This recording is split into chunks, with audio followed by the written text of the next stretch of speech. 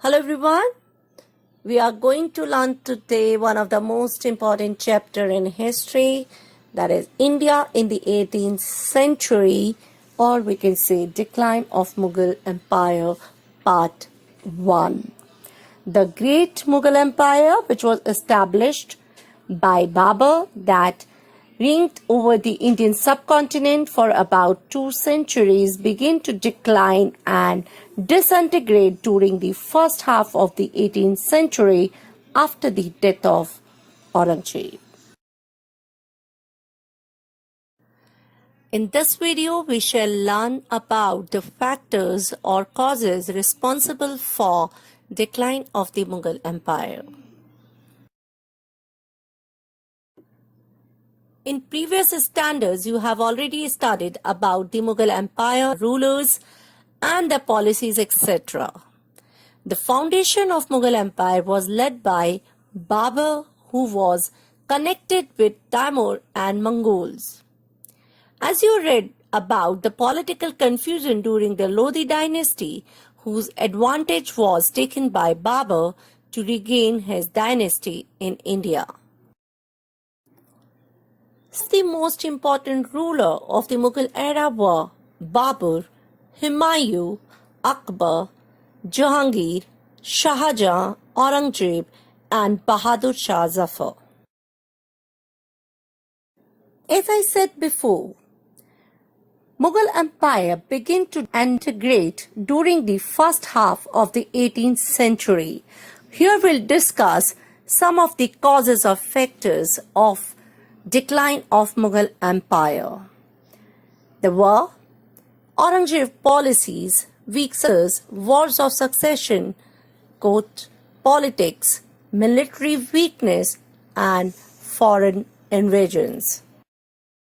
Here we'll go ahead with one of the important cause or initial cause of the decline of the Mughal Empire, that was Aurangzeb policies. Although the actual end of the Mughal Empire happened much after Aurangzeb's time, during his reign, the unity of the empire was severely hampered. His religious orthodoxy and hostile policy towards the Hindu rulers damaged the stability of the Mughal Empire. The Rajputas and their military support was one of the pillars of Mughal strength. Aurangzeb's hostility towards the Rajputs led to loss of Rajput support and loyalty. Aurangzeb rejected the demand of regional autonomy by the Marathas and led a long and strenuous campaign against them. The Jat and Sikh uprising, which was supported by the peasantry, challenged the strength of Aurangzeb's administration.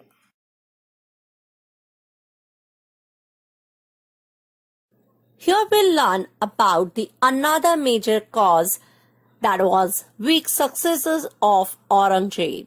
Aurangzeb imprisoned his father, killed all rivals and even one sibling in order to acquire the throne.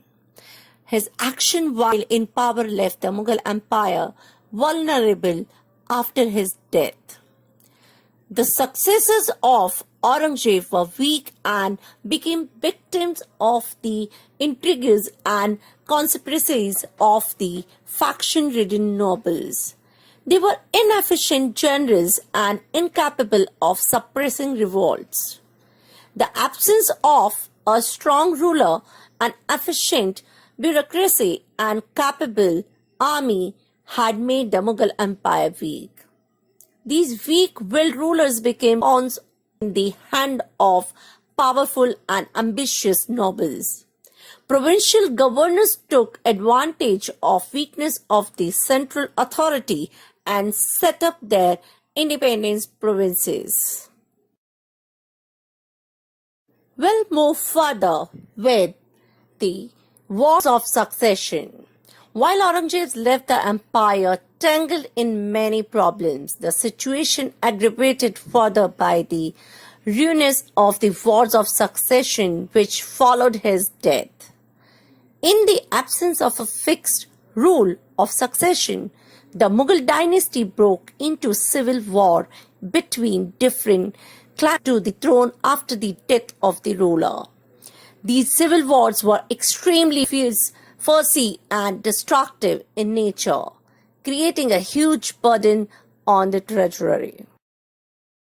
Another cause of decline of the Mughal Empire was Mansabdari system. The Mughal rulers adopted the Mansabdari system in order to maintain control over the army.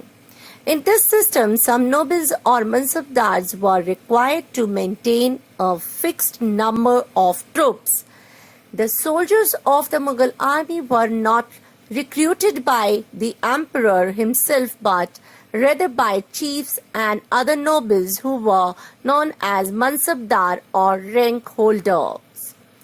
The Mansabdars were paid or ranked based on the Mughal Empire. This meant that troops of Mansabdari system operated under direct control of their chief rather than the Mughal leader. The Mansabdars, by siding with one contender or other, sought to increase their own power.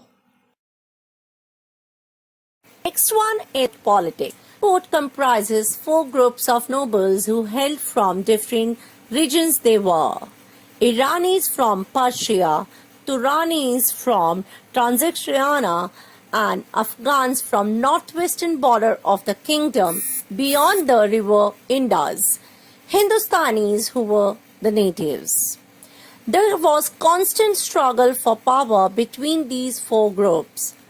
This rivalry affected the administration of the kingdom, and power politics undermined the prestige of the Mughal emperor.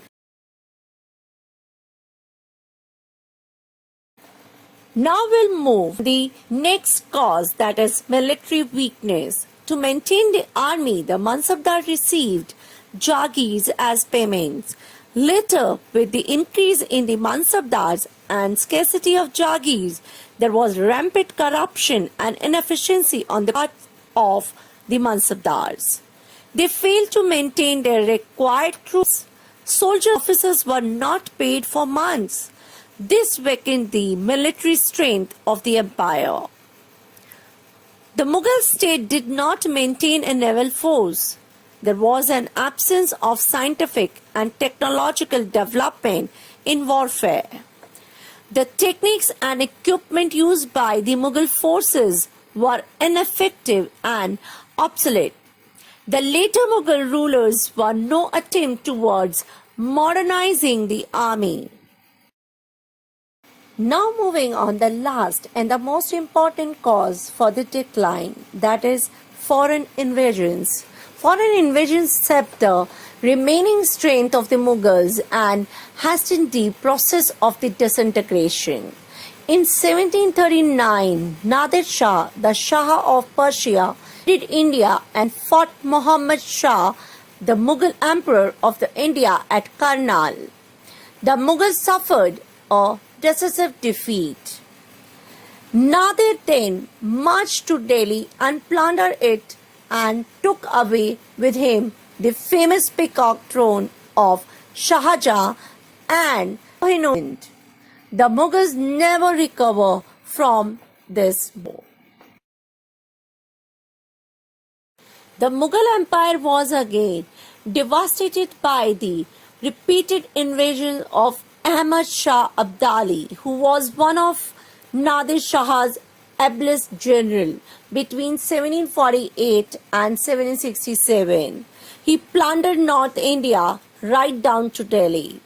The final blow to the Mughal Empire came from its new enemies from the west. The British took advantage of the weak administration and worked towards their ambition of establishing their control over India. By the time the last Mughal emperor, Bahadur Shah Zafar, came to the throne, much of the power and authority of the ruler was lost and he acted as a proxy king.